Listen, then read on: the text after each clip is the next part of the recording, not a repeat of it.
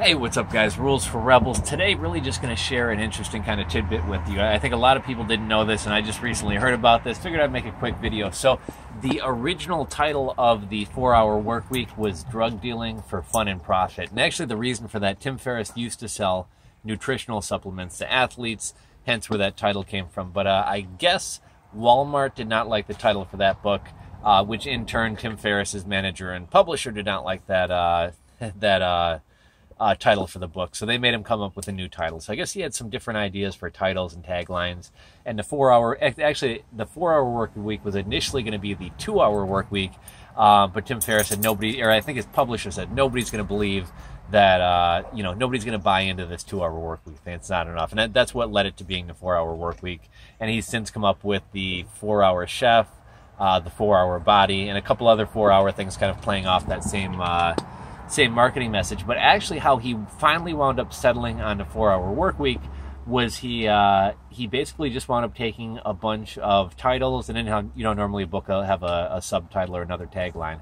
He basically took a couple different ideas, plugged them into Google AdWords, and then you guys who've used AdWords, a lot of you guys probably have, you know that you have like your title line and then two sublines. So basically he plugged in the various titles as well as the various taglines below the titles, and basically essentially just let the click-through rate and his audience decide what it was going to be. And they decided on the 4-Hour Work Week, which went on to become a bestseller and is a huge book in the entrepreneur, online hustler, whatever else you want to call it, niche. So just thought that was kind of an interesting story. Figured I'd share it with you. And also I thought it gives us kind of a lesson about split testing and stuff like that. I'm not a super analytical guy myself personally,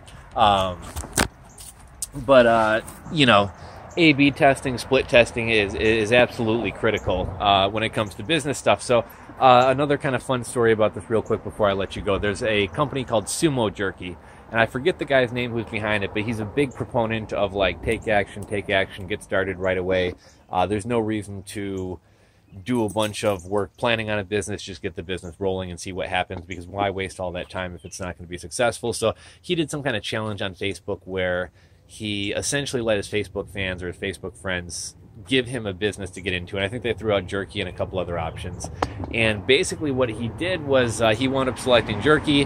I believe he had 24 hours or 24 hours I think it was, to make $1,000. So he wound up running Facebook ads, I think some AdWords ads for this jerky company that wasn't even started, and that's basically how he raised the money to not only start the business but realize the business would be successful in the first place. So I thought that was kind of a fun and interesting story. But the bigger point here is something else I was watching some videos and reading about today, is what a lot of people will do. I know a lot of you guys are scared to order inventory, or you don't want to put a bunch of money into a business not knowing if it's going to be successful. So what a lot of people will do is set up a website.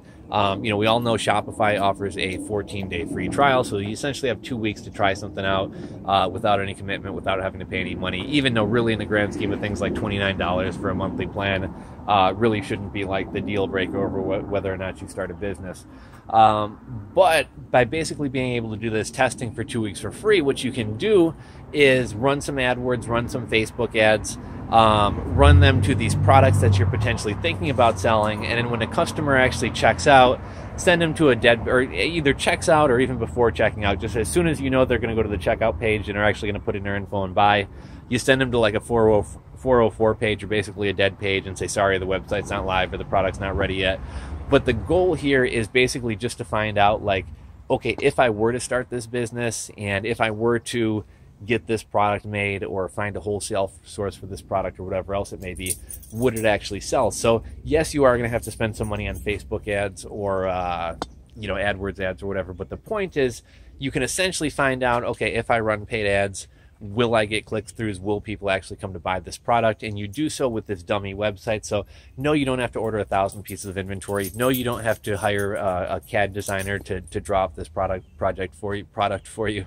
What you can do is basically run this test, see if the product's going to be successful or not, see if running paid ads is actually going to result in sales, and if it is, then you actually take the next step and get the product made. So I just thought that was kind of interesting. But yeah, I heard about this this whole thing about the 4-Hour Workweek's original title and just thought it was kind of a fun story, so I wanted to share it. And it's somewhat tied into hey, what are you guys doing?